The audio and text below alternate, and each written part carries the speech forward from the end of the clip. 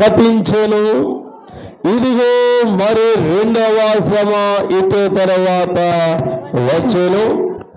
ఆరవ దూత బూర ఊదినప్పుడు దేవుని ఎదుట ఉన్న సువర్ణ బలిపీఠం యొక్క కొమ్ము నుండి ఒక స్వరము ఇంద్రుడిసు అను మహానది యొద్ద బంధింపబడి ఉన్న 4 దూతలు వదిలిపెట్టమని బోర పట్టుకుని ఉన్న ఆ 6వ దూతతో చెప్పుట వింటిని. ప్రార్థన. వాక్యము ద్వారా దేవుడు మనతో మాట్లాడి బలపరచులాగన ప్రార్థన చేసుకుందాం. మహోన్నతుడా, మహాగణుడా, అతి శ్రేష్ఠుడా, మీ ఘనమైన నామమునికే వందనాలు. ఇది వాక్యము ద్వారా మాతో అందరితో మాట్లాడి సంఘాన్ని బలపరచండి, నీ బిడ్డలు బలపరచండి, నీ ఆశీర్వాదాన్ని వసము చేసుకోండి. అయ్యా, నాతోని కూడా మీరు మాట్లాడండి. అలాగే రాజా నాయన, ఈ యంత్రము ద్వారా వింటున్న బిడ్డలు, లైవ్లో ఉన్న బిడ్డలు అందరినీ కూడా జ్ఞాపకం చేసుకుని కొన్ని వారాలు నెలలు బట్టి రాజా ఈ ప్రకటన గ్రంథాన్ని ధ్యానం చేస్తూ మాకు బయలుపరిచిన విషయాలు, నీవు తెలియజేసే విషయాలు రాజా మా అందరికీ తెలియజేస్తూ కూడా అర్థమైన విషయాలు మాకు బయలుపరుస్తూ మాతో మాట్లాడుతున్నందుకు వందనాలు చెల్లిస్తూ యేసు నామమున మనము చేయుచున్నాము. ఆమె. దేవుని స్తోత్రం కలుగుగాక. అందరూ చేతులెత్తని గట్టి స్తోత్రం చెప్పాలి. స్తోత్రం చెప్పినప్పుడు అందరూ కూడా ఏం చేయాలి? 2 చేతుల పైకి ఎత్తాలి. దేవుని స్తోత్రం. దేవుని సన్నిధికి వచ్చేటప్పుడు ఏమేమి తెచ్చుకోవాలని చెప్పాలని చెప్పండి. బైబిలు, పాటల పుస్తకము, పెన్ను, పుస్తకము, నోట్స్ తప్పనిసరిగా ఉండాలి. రాయడము చదువుతాము వచ్చాను అన్న వాళ్ళు చెయ్యొద్దండి. అందరు విశ్వాసులు అందరూ కూడా యవనస్తులు విశ్వాసం, నాకు రాయడం వచ్చండి, చదవడం వచ్చండి అన్నవాళ్ళు సరిగా రాయడం రాదా? నీకు రాదా? విశ్వాసులు యవనస్తులు అందరూ కూడా ఆదివారం కానీ ఎక్కడికి వెళ్ళినా సరే, ఏ సేవకులు చెప్తున్నా సరే ఆ ప్రసంగాలు ఏం చేస్తుండాలి? చెప్పాలి. స్కూల్కి కానీ కాలేజీకి కానీ వెళ్తున్న పిల్లలు ఆ టీచర్ చెప్తున్న నోట్స్ ఫాలో అవుతూ ఉంటారు. తెలుస్తుంది. పాఠాలు చెప్తారు, ఆ పాఠకుల దగ్గర నోట్స్ కూడా వారు దగ్గర. కానీ వాటికన్నా పిల్ల గొప్పది దేవుని యొక్క వాక్యము. స్తోత్రం. కనుక ప్రతి ఒక్కరూ కూడా విశ్వాసులు కూడా చదువుకున్న పిల్లలు రాసుకుంటారులే, చదువుకున్న పిల్లలు రాస్తారులే, ప్రసంగాలు మాకెందుకు వచ్చి వేసి ప్రార్థన చేసి పోతే పర్లేదు అని అనుకుంటారు. ఒక్కొక్కసారి మనం ఖాళీగా ఉన్నప్పుడు ఈ ప్రసంగాలే దేవుడు మనల్ని ఏం చేస్తుంటాడు? బలపరుస్తుంటాడు. దేవుని స్తోత్రంగానే. ఒకసారి స్త్రీల కొడుకుల్లో మీరు కూడా అప్పుడప్పుడు మీరు మాట్లాడవలసిన సమయం వచ్చినప్పుడు ఈ వాక్యాలు మీకు ఏం చేస్తాయి? ఉపయోగపడుతూ ఉంటాయి. దేవుని స్తోత్రం చెప్పండి. 2 చేద్దాం. హల్లెలూయా. అందుచేత విశ్వాసులు యవన బిడ్డలు అందరూ కూడా చెప్పిన ప్రసంగాలు అనేవి రాసుకోవడం ద్వారా మనకు ఆశీర్వాదమే కానీ మరొకటి ఏది లేదు. 2 చేద్దాం. హల్లెలూయా. సరే, వాక్యములకు వెళ్ళిపోతాం. ప్రియమైన బిడ్డలారా, గత వారములో వారం ప్రకటన గ్రంథాలు మనం ధ్యానం చేస్తూ ఉన్నాము. అప్పుడే ప్రారంభించే సంవత్సరం పైన అవుతుంది. దేవుని స్తోత్రం. కనుక ప్రియమైన బిడ్డలారా, ఈ ప్రకటన గ్రంథము 1వ అధ్యాయం మొదలుకొని మనము 9వ అధ్యాయం వరకు మనం వచ్చాము. 9వ అధ్యాయంలో 1వ వచనం మనం చూసినప్పుడు 5వ బోరప్పుడు ఊదుతున్నప్పుడు ఏమి జరుగుతుందో, ఏమి సంభవిస్తున్నాయో, మనం గత దినాల్లో ఈ భూమి మీదకి మెరుగల దండు రాబోతుంది, వాటికి తేలి వంటి కొండెములు ఉన్నాయని, అవి మనుషులు కొట్టబోతున్నారని, ఆ బాధ పిన ఇంచుమించు 5 నెలల వరకు ఉంటుందని, ఆ బాధ తట్టుకోలేక చాలా మంది చచ్చిపోదామని పరిగెట్టిన మరణము వారి దగ్గరికి పిన రాని పిన మరణము వారిని చూసి పరిగెడుతుందని, ఇలాగ పిన ఈ వాక్యం గురించి మనం ధ్యానం చేస్తూ వచ్చాం. దేవుని స్తోత్రం. పిన అది మొదటి శ్రమలో పిన జరుగుతుంది. 7 శ్రమల కాలంలో పిన జరుగుతున్న శ్రమలో మొదటి శ్రమ ముగింపబడింది అని చెప్తున్నాడు. దేవుని స్తోత్రం. ఇక 12వ వచనానికి వచ్చేప్పటికి అది అయిపోగానే 2వ శ్రమ మొదలవుతుందంట. వెంటనే ఆ శ్రమ వస్తుంది అని చెప్పి మనం చూస్తున్నప్పుడు చూడండి, 13వ వచనం మనం చూస్తున్నాము. 13 విపత్తు ఏంటో మనం చూస్తున్నాం. ఏంటో అని ఆలోచిస్తే 13వ వచనము, ఆ 6వ దూత చూడండి, బోరా ఊదినప్పుడు ఆ దేవుని ఎదుట ఉన్న సువర్ణ బలిపీఠం యొక్క కొమ్ము నుండి ఒక స్వరము, ఆ స్వరము ఎప్పుడు సరే మహానది వద్ద బంధింపబడిన 4 దూతలు వదిలిపెట్టమని బోర పట్టుకున్న 6వ దూతతో చెప్పుట వింటిని. ఈ మాటలు జాగ్రత్తగా మనం గమనిస్తున్నప్పుడు పిన 4 దూతలు పిన బలిపీఠం ఏంటండి, పిన 6వ దూత చెప్తున్న మమ్మల్ని ఏం చేయండి, విడిచిపెట్టండి అని చెబుతా మనం చూస్తూ ఉన్నాం. అదే వాక్యాన్ని 19వ వచనం మనం చూస్తే చూడండి, ఆ గుర్రమును బలము బట్టి లోల యందును వాటి తోకల యందును ఉన్నది, ఎందుకనగా వాటి తోకలు పాముల వలె ఉండి తలలు కలిగిన వాటి చేత అవి హాని చెయ్యను. స్తోత్రం. దాని తోకలు ఎలా ఉన్నాయంట, పాము తోకల వలె ఉన్నాయన్నమాట. అంటే వాటి ఎలా ఉందంటే సర్పం వలె ఉన్నట్లుగా మనం చూస్తూ ఉన్నామాట. చూడండి, ఇక్కడ జాగ్రత్తగా మనం చదువుకుంటూ వస్తున్నప్పుడు ఈ ప్రకటన అర్థం చేసుకోవాలంటే చాలా అర్థవంతంగా ఆలోచనతో జాగ్రత్తగా ఉంటేనే కానీ ప్రకటన గ్రంథం మనకు అర్థం కాదు తెలుస్తుంది. అందుకే దేవుడు మనకి ప్రకటన గ్రంథం గురించి చాలా విషయాలు తెలియజేస్తూ ఈ ప్రకటన గ్రంథం అంతా కూడా దేవుని యొక్క రాకడా ఎత్తబడుడు గురించి తెలియజేస్తున్నాను. ఇంక ఈ ప్రకటన గ్రంథం చెప్పామంటే సాతాను యొక్క ప్రతి ఒక్క రహస్యము విశ్వాసకి తెలిసిపోతుంది వస్తుంది. అందుకే చాలా మంది కూడా ఈ ప్రకటన గ్రంథం అక్కడక్కడ చెప్తారు తప్ప దాని క్రమంగా చెప్పే దైవజనులు పైన ఏదో వాడు పైన యూట్యూబ్లో వాటిల్లో పెట్టుకోవడానికి చెప్పుకుంటూ ప్రకటన గ్రంథం చెప్పారు. కానీ సంఘాల్లో మాత్రం దీన్ని చెప్పడానికి చాలా మంది వెనకాడుతూ ఉంటారు. దేవస్థానం విశ్వాసులకి ఆ సత్యాన్ని ఏం చేయనిత్తలేదు, తెలియనిత్తలేదు. దేవస్తోత్రం భయపెడుతున్నారు. ఏమని ప్రకటన గ్రంథం చెప్పకూడదు, ఇప్పుడు మాట్లాడకూడదు, అప్పుడు మాట్లాడకూడదు అని చెప్పి ఏం చేస్తున్నారు, భయపడుతున్నారు. అంతా బైబిల్ గ్రంథం అంతా కూడా మనకి ఏం చేయాలి, తెలుసుకుని ఉండాలి, తెలియాలి. అది ఆకార పుస్తకమైన ముగింపు పుస్తకము, ఈ ప్రవచన పుస్తకం ఏంటంటే దేవుని యొక్క రాకడ గురించి, ఎత్తబడి గురించి, ఎత్తబడిన తర్వాత ఏం జరుగుతుందో మానవుల యొక్క పరిస్థితి ఏంటిది అంతా కూడా దేవుడు ఎక్కడొక్కడ ఏం చేయలేదు, మరుగు చెయ్యలేదు. అందుకే ఇప్పుడు ఆ శ్రమకాలము ఏం జరుగుతున్నాయో ఆ 7 బోరలు ఊదినప్పుడు ఒక్కొక్క బోర ఊదినప్పుడు ఏమేమి సంగతులు జరుగుతున్నాయో అన్ని మనం నేర్చుకుంటూ 5వ బోర ఊదినప్పుడు మిడతల దండం గురించి మనం నేర్చుకున్నాం. ఇక్కడ కూడా మనం జాగ్రత్తగా ఆలోచిస్తే 4 జీవులు కనబడుతున్నాయి. ఆ 4 జీవులు ఎక్కడి నుంచి ఆ స్వరం ఉంటాయంట, బలిపీఠం యొక్క కొమ్ము నుండి యొక్క స్వరము వినపడొచ్చు. 12వ వచనం, 13, 14వ వచనం మనం చూస్తున్నాం. ఆ మాట మనం చూస్తే 16వ అధ్యాయం ఒకసారి 16వ అధ్యాయంలో ప్రకటన గ్రంథంలో 16వ అధ్యాయం 1వ వచనం మనం చూస్తే 16వ అధ్యాయం 1వ వచనంలో, మరియు మీరు పోయి దేవుని కోపముతో నిండిన ఆ 7 పాటలు భూమి మీద కొమ్మరించమని ఆలయములో నుండి గొప్ప స్వరము 7 దేవదూతలతో చెప్పగా వింటిని. యోహాను చెప్తున్న మాట ప్రియమైన బిడ్డారా, ఈ దూతలు అంటున్నాను ఏమనివి, మీరు పోయి దేవుని కోపముతో నిండిన 7 పాత్రలు ఉన్నాయి, అవి భూమి మీద ఏం చేయమంటున్నాడు, ఆలయం నుంచి కిందకే భూమి మీదకి వేయండి అని చెప్పి ఆ వినుటను విన్నానని చెప్పి యోహాను ఏం చేస్తున్నాడు, చెబుతూ ఉన్నాడు.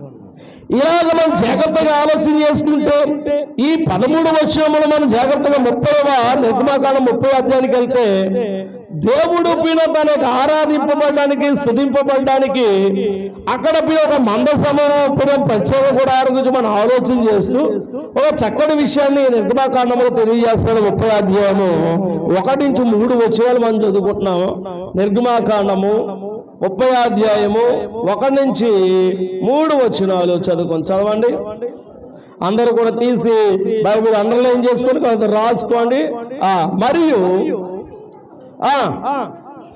చూడు, ధూపమయ్యడకు నీవు ఒక వేదిక చేయవలను, తుమ్మకరతో దాన్ని చేయవలను. దాని పొడుగు 1 మూర, దాని వెడల్పు 1 మూర, అది సంచముగా ఉండవలను. దాని ఎత్తు 2 మూరలు, దాని కొమ్ములు చూడండి దానితో ఏకమై ఉండవలను.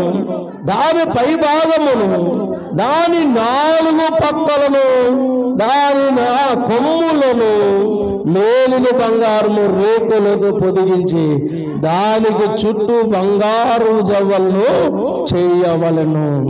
ఇక్కడ ధూప వేదికను ఒక వేదిక కట్టమన్నాడు. ఎందుకు వేదిక? దేవునికి ఏమేయాలి? ధూపము వేయటం.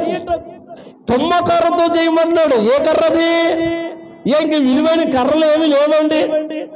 తుమ్మకర్రలు ఏమో విలువైన గొప్ప కర్రలు. తుమ్మకర్రతో ఎవరైనా ఇల్లు కట్టుకుంటాడండి? కట్టరు. తల్లి తుమ్మకర్రలు చాలా తక్కువ చూస్తాం. తుమ్మకర్రలు చాలా విలువలేని దానిగా చూస్తాం. కానీ తుమ్మకర్ర ఎందుకు పనికిరానట్టుగా ఉన్నది? దేవుడి పిన మనలో కూడా తుమ్మకర్రతో పోల్చమని తెలుస్తాం.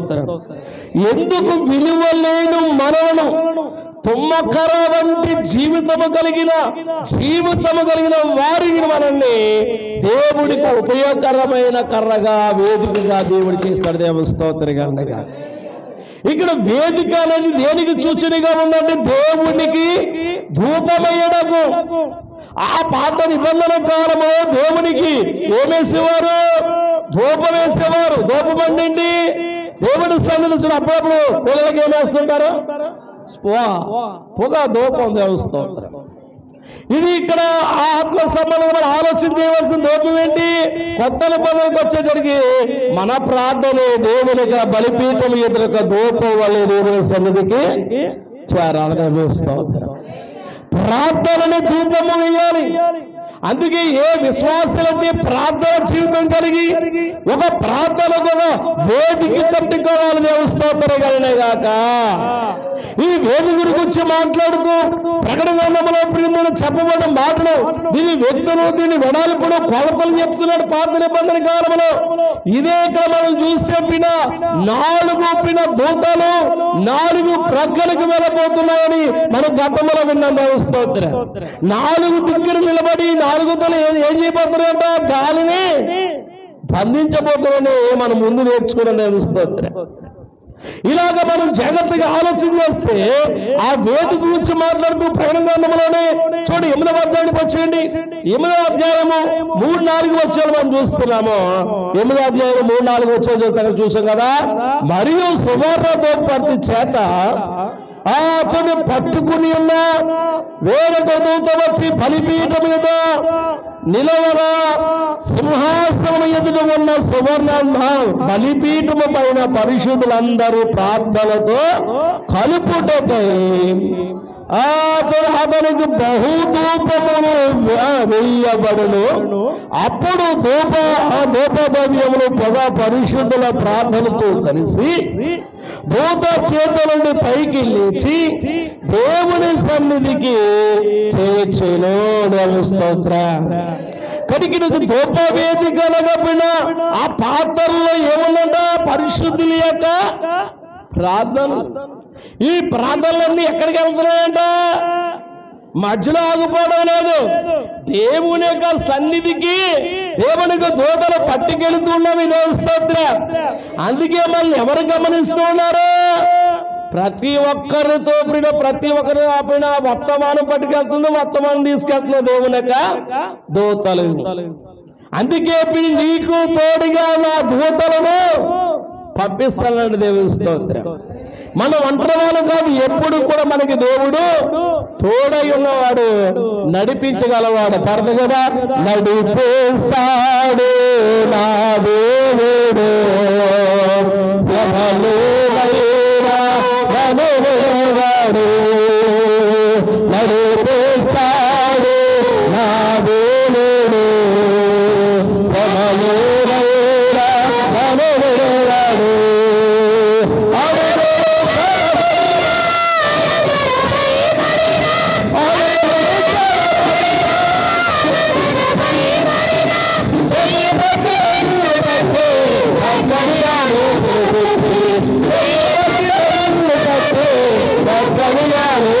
చెప్పి నడిపిస్తాడు నా దేవుడు. శ్రమలైనా నడిపిస్తాడు నడిపిస్తాడు నా దేవుడు.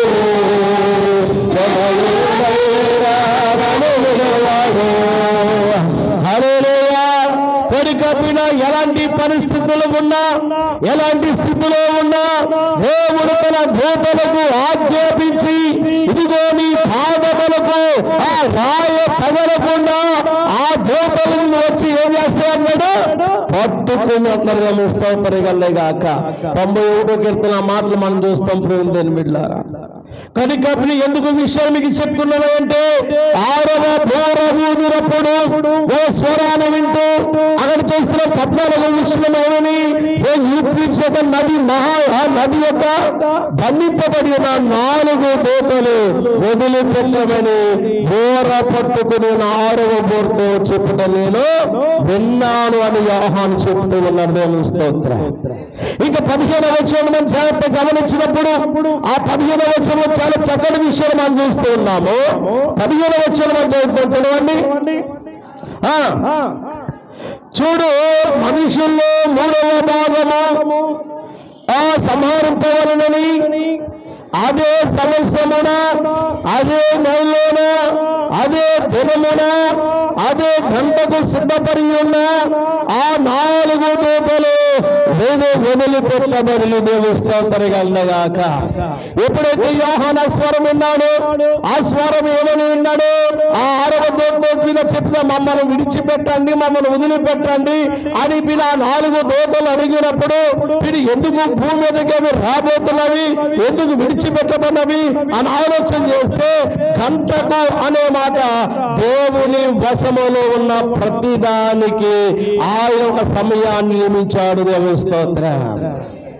అంటే పిన పరలోకములో ఆ యొక్క 4 జీవులకు, ఆ 4 దూతలకు ఏమున్నాయంటే సమయం విడిచిపెట్టడానికి ఏముంది? సమయం అనేది ఉన్నది. చూడండి, అది మాటలు మనం జాగ్రత్త గమనిస్తే అపొస్తలుల కార్యగ్రంథము రండి. అపొస్తలుల కార్యగ్రంథములో ప్రియమైన బిడ్డగా ఆ 3వ అధ్యాయం 7వ వచనం. అపొస్తలుల కార్యములు 7వ అధ్యాయము 1వ వచనం.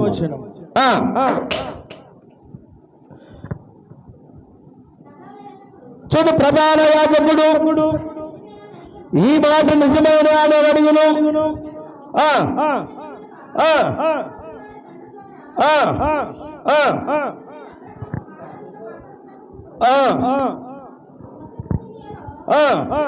ఉన్నప్పుడు చూడు, ఒకడు నాకు ఏమయ్యాడంట? ప్రత్యక్షమై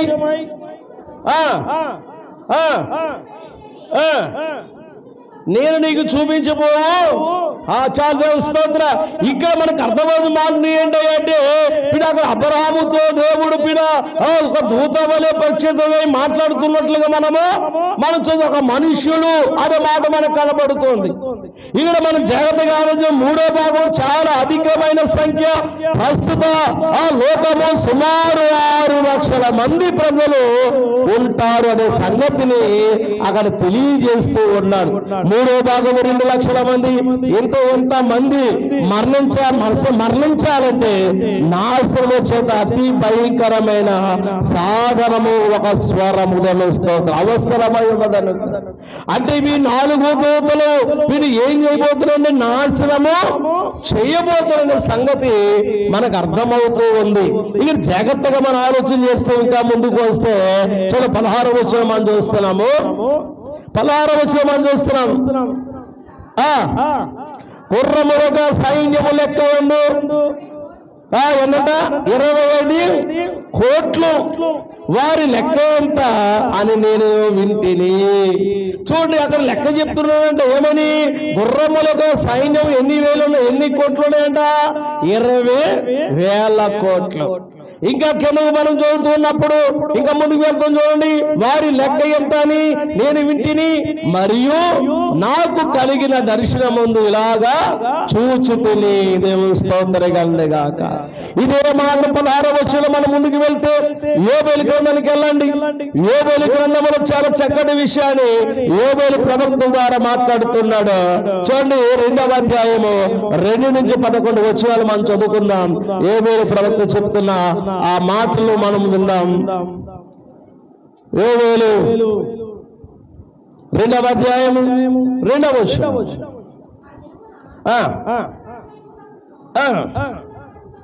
చూడండి, జాగ్రత్తగా మాటలు గమనించండి. ఆ దినమున అంధకారముగా ఉండును, మహా అంధకారముగా కమ్మును, మేఘములను గాఢాంధకారమును ఆ దేవున కమ్ముకును, పర్వతములన్నిటి మీదను ఉదయ కాంతిని కనబడుతున్నట్లు అవి కనబడినవి.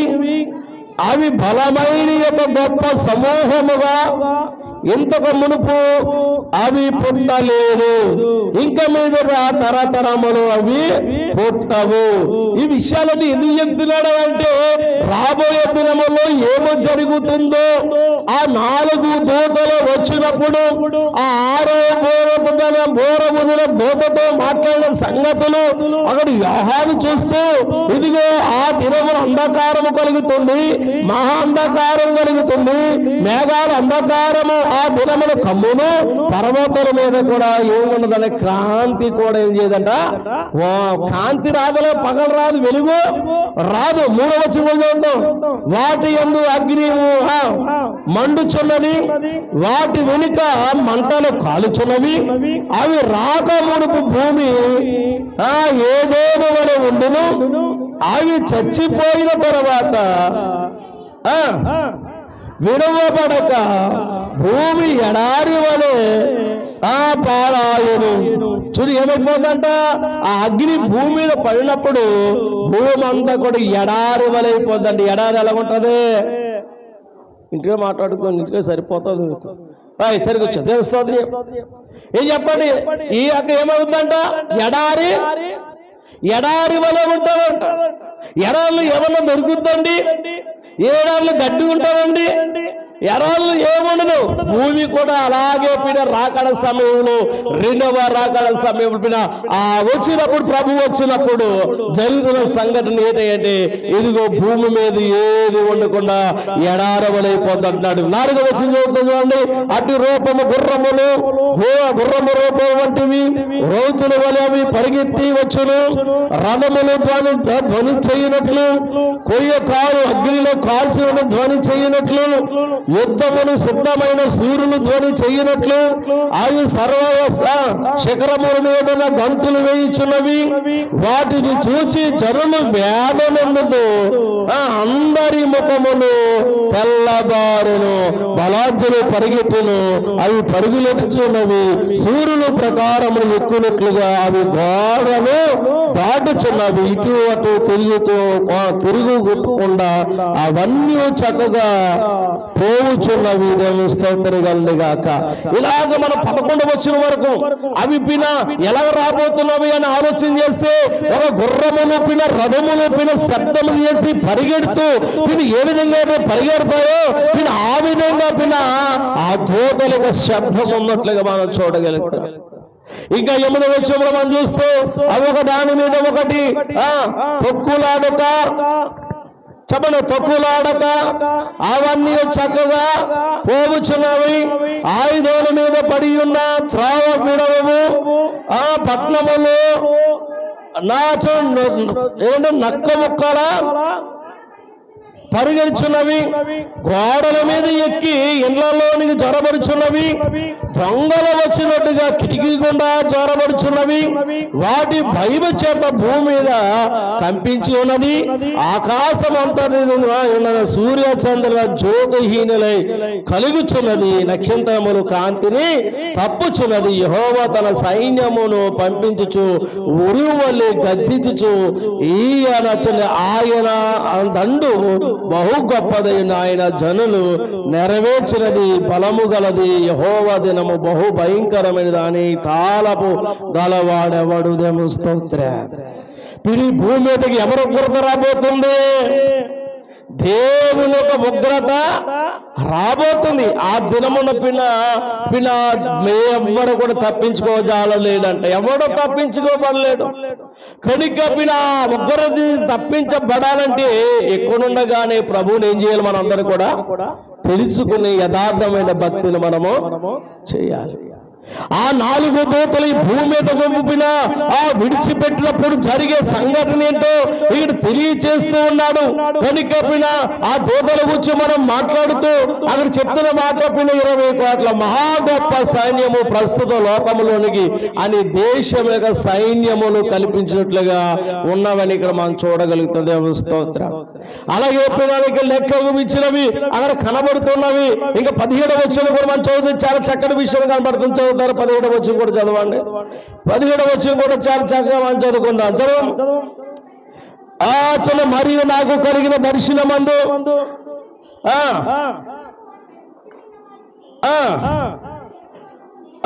చూడండి, అక్కడ పిల్ల గుర్రమును గురించి మాట్లాడుతూ నీలము ఆ గంధవర్ణమును మెరుపులు ఆ గుర్రముల తలలు సింహాసపు తలల వంటివి వాటి నోళ్ళ నుండి అగ్ని దోవ గంధకములు బయలు వెళ్ళుచుండేను. ఈ ముఖములు ఎలా ఉన్నాయంటే సింహపు మొఖల వలె ఉన్నవి అని చెప్తున్నది. ఏమొస్తుంది? ఏ మొఖానికి ఏ పోలికున్నది? దీనికి ఏం పోలికుందట?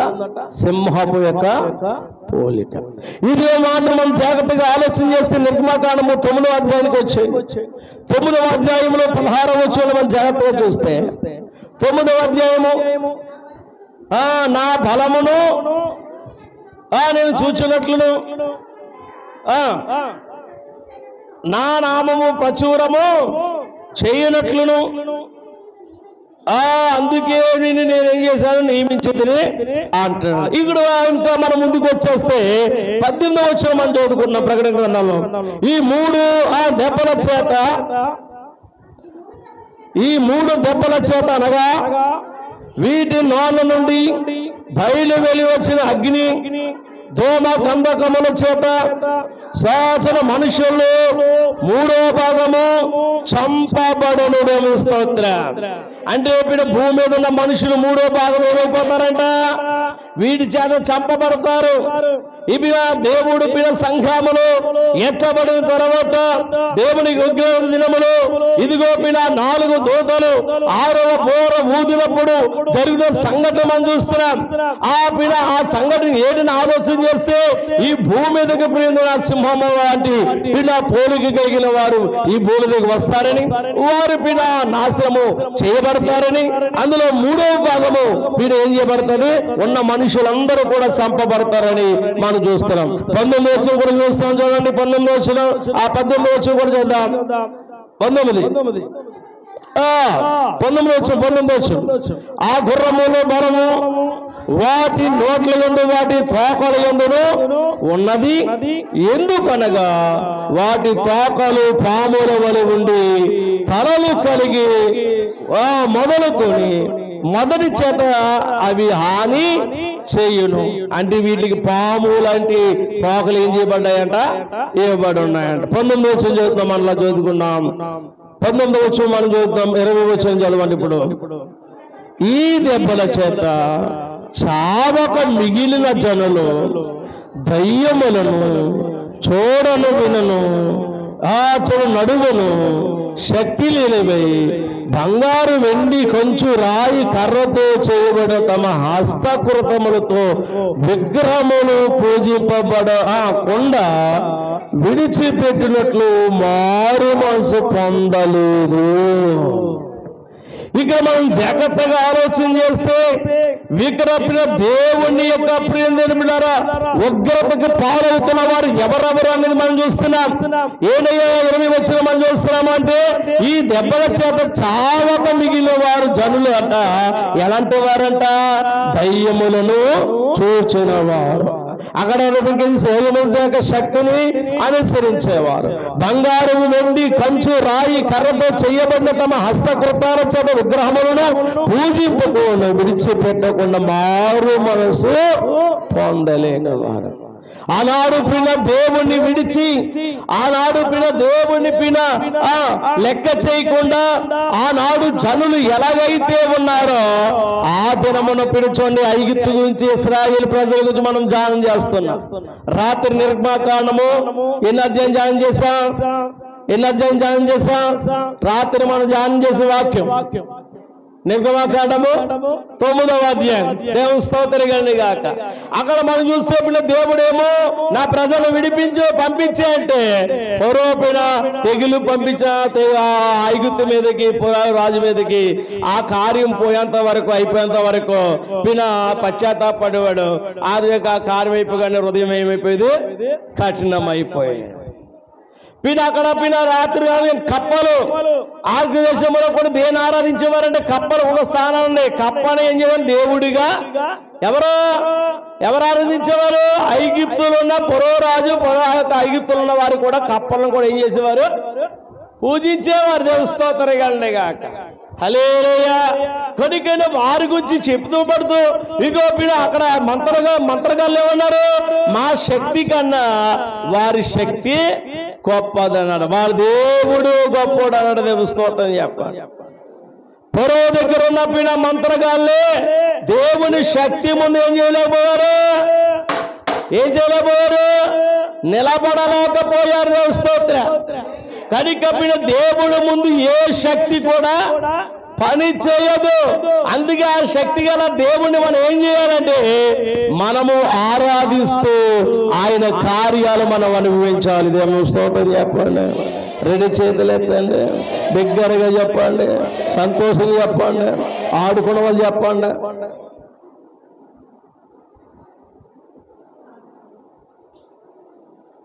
నేను చెప్పేస్తూ ఉన్నాను, నన్ను ఎవరు చూస్తలేదు అనుకుంటున్నారా? నేను ప్రతి ఒక్కరిని చెప్తూ వస్తాను. చూస్తలేదు అనుకుంటున్నారేమో. ఎవరు కాలు చెప్పుకున్నారా? ఎవరు బాస్ బట్టలు వేసుకుంటున్నారా? ఎవరు పక్క వాళ్ళకి వెళ్తున్నారా? పోహాకి చెప్పిన ఎవరు పొడుతున్నారా? వాళ్ళు దగ్గర పెట్టి మనం దీవించాలి వాక్యాన్ని వినాలి. దేవుని స్తోత్రం చెప్పాలి. హల్లెలూయా. మనం ఎక్కడ లేము? మార్కెట్లో చెప్పాలి. మార్కెట్లో ఉన్నామా? ఎక్కడున్నా మనం? ఎక్కడున్నా? మార్కెట్లో ఇంకో ఉల్లిపాయలు అనిపిస్తాడు. పచ్చిమిరపకాయలు లేదు, 20 రూపాయలు అంటాడు. ఇది మార్కెట్ కాదు. ఏంటి? దేవుని యొక్క భయభక్తులతో వినాలి. అప్పుడే మనకు ఆశయం. దేవుని సల్ల సరిగ్గా లేవనుకోండి, విన్న వాక్యాన్ని బట్టి ఆశయం కదా మన మీదకి వచ్చేది. దేవుని కోపం వస్తుంది మన మీద. దేవుని స్తోత్రం చెప్పాలి. హల్లెలూయా. కనుక ఇదంతా ఎందుకు చెప్పుకుంటున్నాము? రాబోయే ఉగ్రత గురించి మనం నేర్చుకుంటున్నాం. ఇవన్నీ జరగవలసింది భూమి మీద. దేవుని యొక్క రాకడ సమయంలో ఆయన వచ్చేటప్పుడు జరుపుతున్న ఎప్పటి ఇక్కడ హేళనకరంగానే ఉండొచ్చు, ఇప్పుడు ఎటకారంగానే ఉండొచ్చు, ఏదో వినినట్టుగానే ఉండొచ్చు. ఆ రాజు ఆ బాధ వచ్చినప్పుడు అప్పుడు తెలుస్తుంది ఎలా ఉంటాడని అనుకోలేదు. నా దైవజనం చెప్పాడు అన్న బాధపడినప్పుడు సుఖమేమీ ఉండదు. దేవుని స్తోత్రం. హల్లెలూయా. స్తోత్రం చెప్తామా? రెండు చేతులు ఉందామా? ఇంకా దేవునికి సన్నిధిలో ఇక్కడ మనం ఇప్పుడు ధ్యానం చేస్తూ చూడండి. ద్వితీయోపదేశకాండం వెళ్తున్నాం. ద్వితీయోపదేశకాండములో 32వ అధ్యాయం. ద్వితీయోపదేశకాండము 32వ అధ్యాయము 27వ వచనం. 32:17 జాగ్రత్తగా చూద్దాం. చదవమ్మా.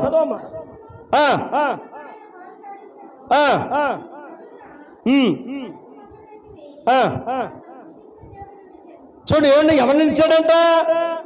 దేవుని విడిచాడంట. కనికప్పిన ప్రజలందరూ కూడా ఎవరిని విడిచిపెడుతున్నారు? దేవుణ్ణి విడిచిపెడుతున్నాడు. క్రైస్తవులు విడిచిపెట్టి దేవుణ్ణి నమ్ముకున్న వారు విడిచిపెడుతున్నారు. దేవుణ్ణి నమ్ముకోలేని వారు కూడా ఏం చేస్తాడు? విడిచిపెడతాడు. పని పని పని పని పని చేసుకోవద్దంటలే. పని పని పని అని 3 వారం రోజులు రెస్ట్ లేకుండా కష్టపడి ఆరోగ్యం ఇచ్చేవాడు, శక్తిని ఇచ్చేవాడు. ఒకవేళ బలహీనరాలైతే మరుసటి రోజు మనం కష్టపడగలమా? మరుసటి రోజు మనం వెళ్ళగలమా? దేవుడు ఏమన్నాడు? నువ్వు 6 దినాలు కష్టపడు, 7వ దినమున నా సన్నిధికి నువ్వు 6 దినాలు వెళ్ళు. మొదటి రోజు ఎవరికి అన్నాడు? ఇశ్రాయేలు కాలంలో వారు 6 దినాలు కష్టపడి 7వ దినము రమ్మన్నాడు. ఇప్పుడు మొదటి దినము దేవుడికి ఇచ్చి మిగతా 6 దినాలు ఏం చేయాలి? ఏం చేయాలి? మన పని పాటలు, ఉద్యోగం కావండి, వ్యాపారం కావండి, పొలం కావండి, ఏదవనండి, కుటుంబం అంతా కూడా సాధ్యమంత మటుకు ఆదివారం దేవుని సన్నిధిలో గడపడానికి ఇష్టపడాలి. దేవుని స్తోత్రం. భార్య, భర్త, పిల్లలు ఎంతమంది ఉంటే అంతమంది ఎక్కడికి పోనివ్వక దేవుని సెలవు వారికి నడిపించగలిగిన విశ్వాసులుగా కుటుంబాలుగా మనము ఉండి తీరాలి. దేవుని స్తోత్రం చెప్పి 2 చేతులు ఎత్తి దేవుని స్తోత్రం చెప్తామా? 2 చేతులు హల్లెలూయా. కనుక ఎందుకు ఈ విషయాన్ని మీకు చెప్తున్నాను అంటే, మనము దేవుని బిడ్డగా దేవుని విడిచిపెట్టేవారుగా ఉండకూడదు, దేవుని పక్కన పెట్టేవారుగా ఉండకూడదు, దేవుని పనిని పక్కన పెట్టేవారుగా ఉండదు. మొదట దేవుని పని, తర్వాత మన పని. మొదట నా పని చెయ్యి, తర్వాత నీ పని. దేవుని స్తోత్రం. ఎప్పుడైతే ఈ విషయాన్ని తెలుసుకుంటామో, ఎప్పుడైతే అది చేస్తామో, మన కుటుంబంలో కొన్ని స్వాదంలో ఇరుకులు, ఇబ్బందులు, సమస్యలు వచ్చినా దేవుడు దాన్ని రెండింటితో దేవుడు రెండింతలుగా దేవుడు ఏం చేస్తాడు? ఆశీర్వదిస్తాడు. దేవుడు స్తోత్రగానే గాక. హల్లెలూయా, హల్లెలూయా. దేవుడు మేలు చేసే విధంగా ఉండాలి కానీ మన మీద కోపగించుకునేవాడుగా ఉండకూడదు. మనము దేవుడి సన్నిధికి రాకపోతే కోపపడతాడు, మనం ఆయన స్థుతించబోతే కోపపడతాడు, ఆయన సేవించబోతే కోపపడతాడు, ఆయన ఎద్దకు రాకపోతే కోపపడతాడు. దేవుని స్తోత్రం. ఆయన మాట వినకపోతే ఏమొస్తుంది?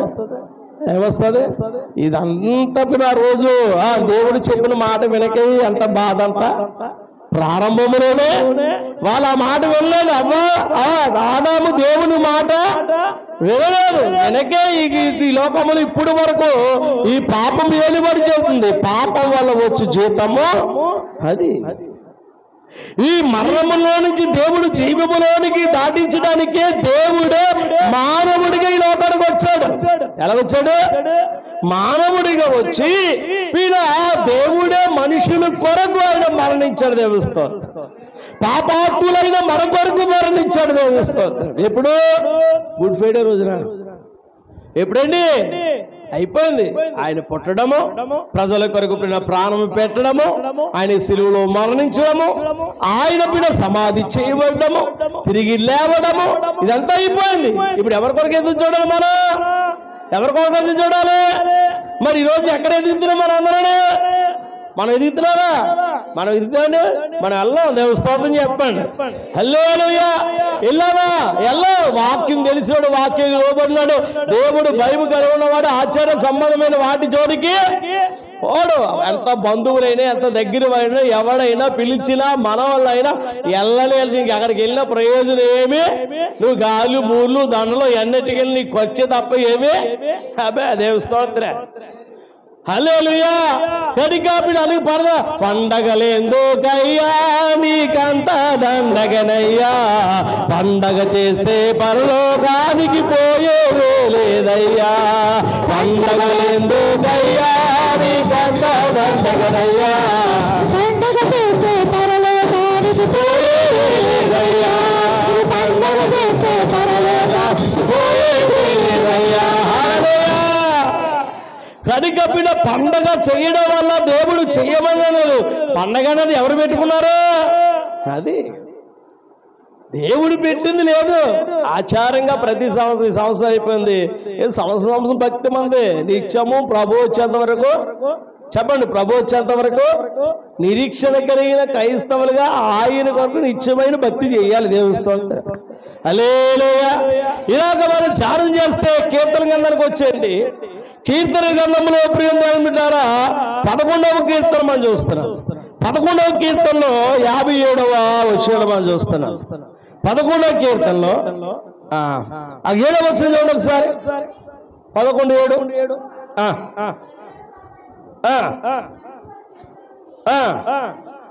చూడు. 6వ వచనం, దుష్టుల మీద ఆయన ఊరును ఉగ్గిను, అగ్ని గంధకములు వడగాలులు వారిని పార్యభాగమాయను. దేవుని స్తోత్రం గాక. అంటే దుష్టుల మీదకి ఏమొస్తుందంట? దుష్టుల మీదకి దేవుని యొక్క కోపము అగ్ని వస్తుంది అంటున్నాడు. మనం ఇందాక చదువు 16వ అధ్యాయం 11వ వచనం చూస్తే ప్రకటన గ్రంథంలో 16వ అధ్యాయం 11వ వచనం చదవండి. 16వ వచనం చూస్తే 16వ అధ్యాయం 11వ వచనము అక్కడ కనబడుతున్న మాట, తమకు కలిగిన వేదనను బట్టి పొండ్లను బట్టి పరలోకమందు దేవుని దూషించని గాని తమ క్రియలను మాని మారు మనసు పొందిన వారు కారు.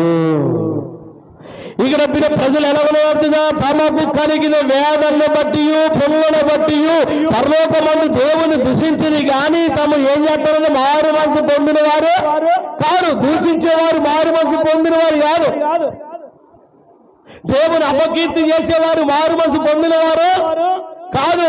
దేవుడికి వచ్చిన మాట రకరకాలుగా మాట్లాడిన వారు మారు మనసు పొందిన వారు కాదు.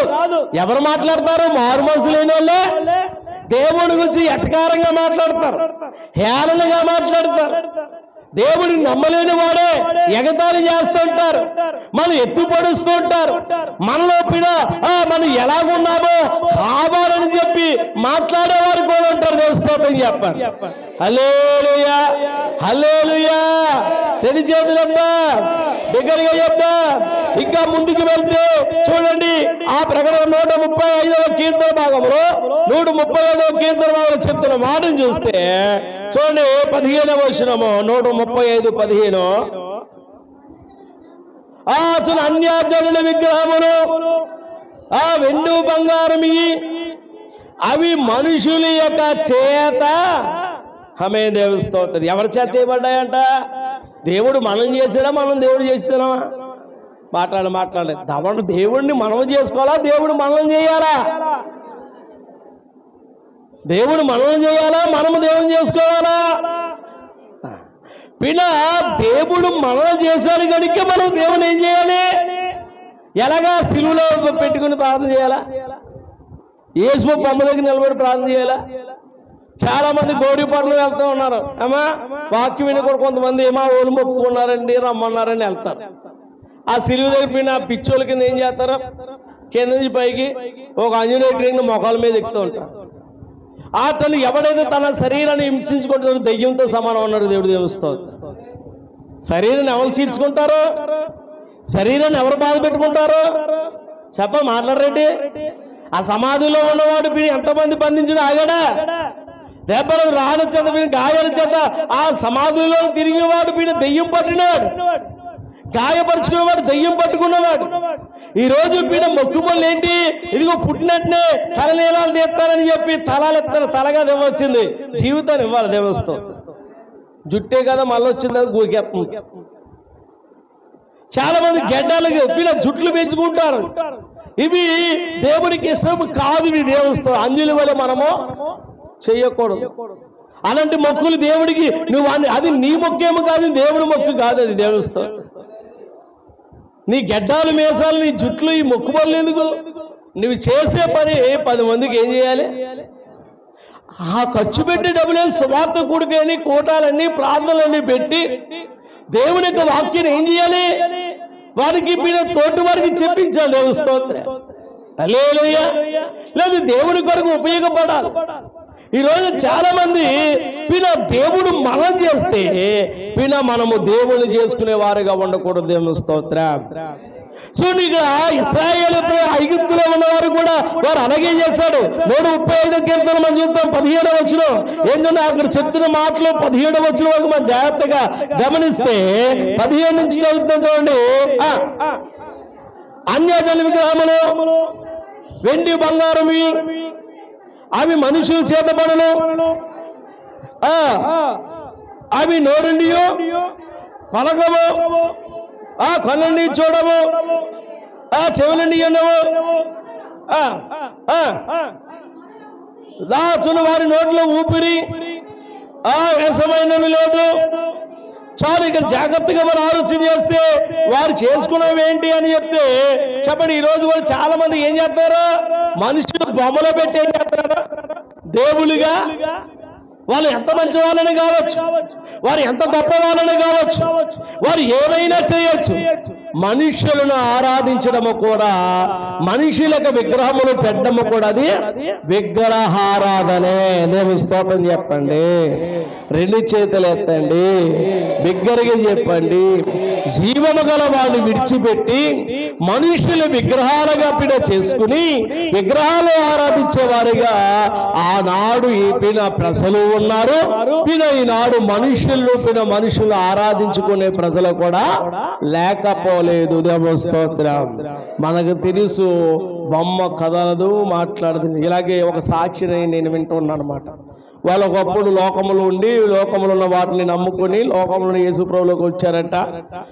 ఆవిడ చెప్తున్న మాట ఏంటంటే, పాస్టర్ గారు విశ్వాసులు వచ్చి దేవుని నమ్ముకో, ఇవి దేవుళ్ళు కావు, ఇవి దేవుడు కాదు, దేవుడే, ఇవన్నీ చేస్తే సైతాన్ని బయటకు పోగొద్ది అని చెప్పి వాళ్ళు కొంతకాలం నమ్మి మరలా వారు వెనక్కి తిరిగి బైబిల్ గురించి, విశ్వాసుల గురించి, పాస్టర్ల గురించి డబ్బుల కోసం ఏం చేస్తారంటే దేవుని పేరుని చెడగొట్టడానికి దొంగ సాక్షులు ఏం చేస్తున్నారో చెబుతూ ఉన్నారు. జాగ్రత్త. దేవస్థ ఈనాడు సంఘాల్లో కూడా కొత్త వారు వచ్చి కొంతకాలం ఉండి ఆ పాస్టర్ గారి పరిస్థితి ఏంటి, సంఘ పరిస్థితి ఏంటి, సంఘ విశ్వాసులు ఎలాగొంటున్నారు, యవనస్తులు ఎలాగొంటున్నారని చెప్పి ఆ సంఘాలకు దొరబడి పాడు చేసేవాడు కూడా లేకపోవడం లేదు. స్తోత్రం చెప్పండి.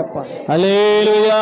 మన ప్రాంతాలైతే దేవుని కృపను బట్టి అందరూ ఐక్యతతో, ప్రేమతో, సమాధానంతో చక్కగా ఎవరి భక్తి వారు ఏం చేస్తున్నారా చెప్పండి, ఎవరి భక్తి వారు చేసుకోవాలి. దేవుని రెండు చేతులెత్తండి. ఎవరిని బలవంతంగా రమ్మని మనం పిలవడం లేదు, ఎవరు కూడా బలవంతంగా మీరు యేసుప్రభుని నమ్ముకోమని చెప్పడం లేదు, అలాగే ఎవరు కూడా రావద్దు కూడా. దేవుని స్తోత్రం చెప్పండి. రెండు చేతులెత్తండి. దేవుని ఎద్దకు ఎలా రావాలి? ఇష్టముతో రావాలి. చచ్చేవాటి వరకు దేవుణ్ణి ఏం చేయాలి? నమ్ముకుని అది వరకు బతికేతేనే రావాలి. దేవుని స్తోత్రం కదా. హల్లెలూయా. నువ్వు వచ్చినా లాభం ఎవరికే? దేవునికా?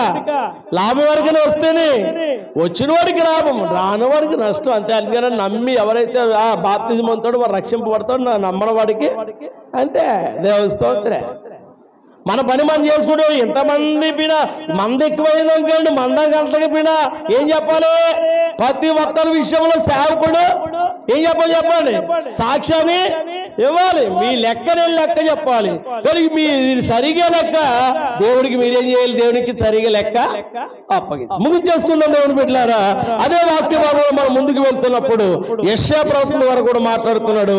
17:8 కూడా చూస్తే ఇలాగ మనం చూస్తున్నప్పుడు అక్కడ కనబడుతున్న మాట అంటే పశ్చాత్తాపం లేదు అనే మాట మనకు కనబడుతుంది. మారు మనసు పొందలేకపోతే ఏముంది లేదంట పశ్చాత్తాపం. ఎవరైతే పశ్చాత్తాపం పొందో, ఎవరైతే మారు మనసు పొందో, ఎవరైతే తన పాపములు ఒప్పుకోడో, ఆ రోజు ప్రియం దేని బిడ్డారా, ఇదిగో భూమి మీదకి అగ్ని కుమ్మరించబడబోతుంది. అందులో కొందరు నాశనం అయిపోతున్నారు, చంపబడబోతున్నారు. దేవుని యొక్క వాక్యం చలవిస్తుంది. ఇది ఇలాగ మనం జాగ్రత్తగా ఆలోచన చేసుకుంటూ ఇక చివరి వరకు మనం ఎప్పుడు ప్రకటన గ్రంథంలో మనం చూసాము. 8వ వచనం మనం చూసాము, 20వ వచనం మనం చూసాము. ఏమని మనం చూసాం అయ్యాంట? ప్రతి దీపం చూడండి, మనం చదువుకున్న వాక్య భాగంలో 9వ అధ్యాయంలో మనం చూసిన మాట చదువుతారా?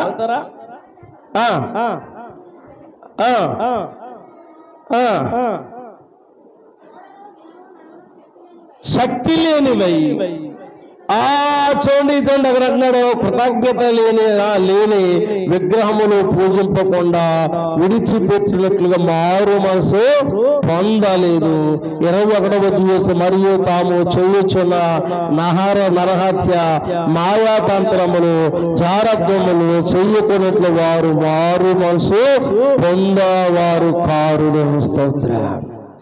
అయితే ఈ ఆరోపూరప్పుడు ఊదినప్పుడు జరుగుతున్న సంఘటన ఏంటంటే, ఇదిగో 4 దూతలు భూమి మీదకు వస్తాయి. ఇదిగో ఆ జనులందరినీ కూడా దేవుడు ఏం చేయబోతున్నాడు, నాశనము చేయబోతున్నాడని మనము జాగ్రత్తగా గమనించాము.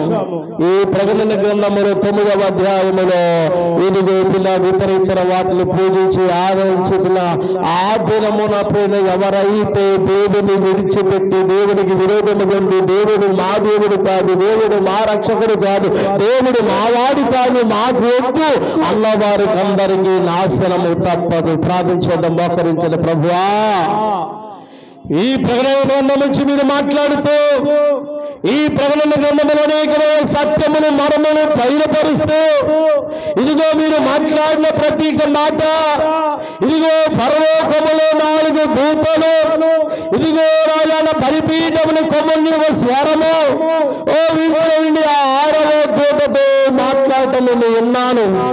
నన్ను మమ్మల్ని విడిచిపెట్టమని చెప్పి ఓ ఆ దూతను అడుగుట నేను విన్నాను, చూచానని యోహాను చెప్పినట్లుగా దేవుని బిడలగా దేవుని యొక్క సముఖమందున మనము ఇదిగో దేవుని యొక్క ప్రత్యక్షతను చూచేవారిగా, దేవుని దర్శనం చూచేవారిగా, దేవుని ఆత్మచేత నింపబడే విధంగా దేవుని సన్నిధిలో ప్రభువా యేసయ్యా అని చెప్పి ప్రభు సన్నిధిలో ప్రార్థించాయి.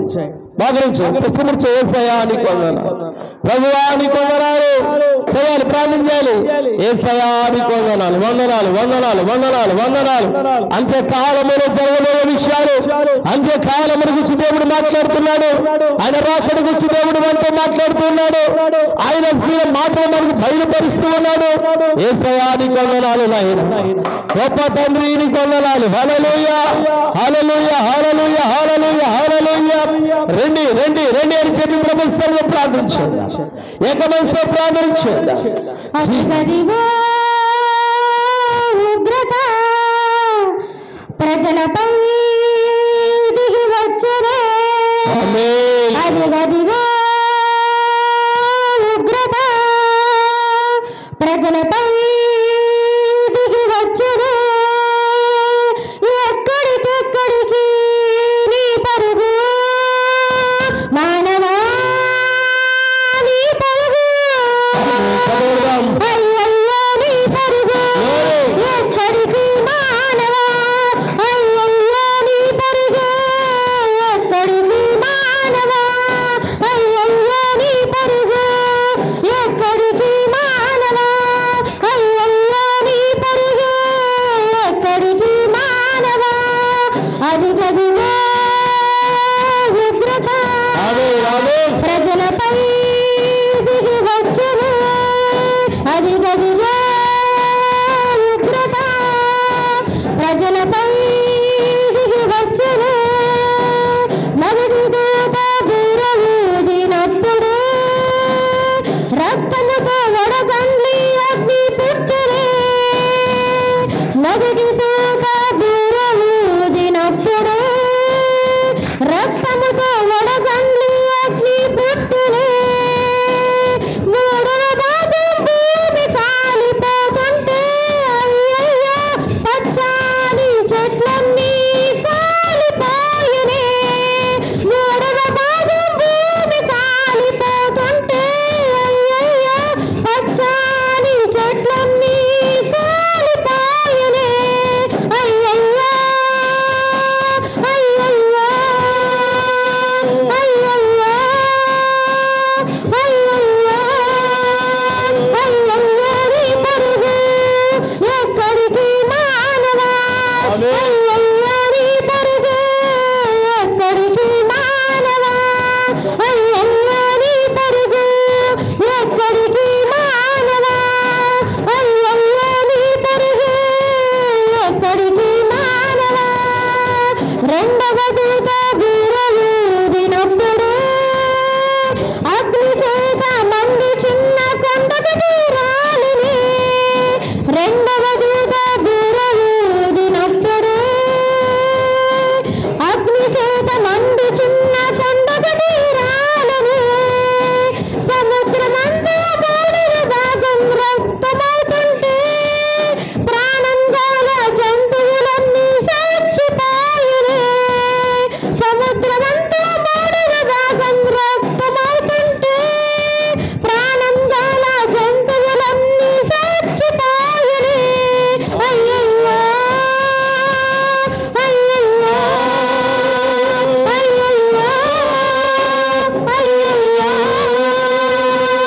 అయ్యయ్యో నీ పరుగు, ఎక్కడికి మానవా, అయ్యయ్యో నీ పరుగు, ఎక్కడికి మానవా. హల్లెలూయా హల్లెలూయా హల్లెలూయా హల్లెలూయా. ఆనాడు దేవుని బిడ్డ మరణము కొరకు పరిగెడుతుగా మానవుడు అయ్యయ్యో మానవుడే ఎక్కడికి నీ పరుగన్నట్లుగా 6వ దూత ఇదిగో 4 దూతలు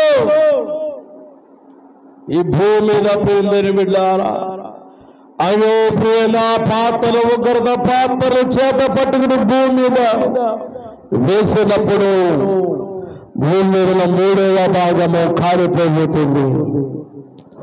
ఆ 3వ భాగంలో గడ్డైనను చెట్లైనను ఏమి లేక ఒక ఎడారి వలె అయిపోతున్నది. రాబోతున్న ఉగ్రత దినము, ఆ దినమున ఎవరిని మనం తప్పించలేడు. ఆ దినమును ఎవరు అక్కడికి రారు. దేవుడు కూడా ఆ దినముని రక్షించలేడు. సమయం ఉన్నప్పుడు యేసును నమ్ముకో, యేసు ఎదుగు రా, ఆయన్ని ప్రతి అవసరం తీస్తాడు. ఉన్న వాక్యాన్ని బట్టి దేవుడు దీవించి ఆశ్రయించబడిగాక. ఆమేన్. దేవుని స్తోత్రం. అందరూ లేచి దేవుని సన్నిధిలో మన అర్పణలు అర్పిద్దాం. అందరూ కూడా లేచి దేవుని సముఖమందు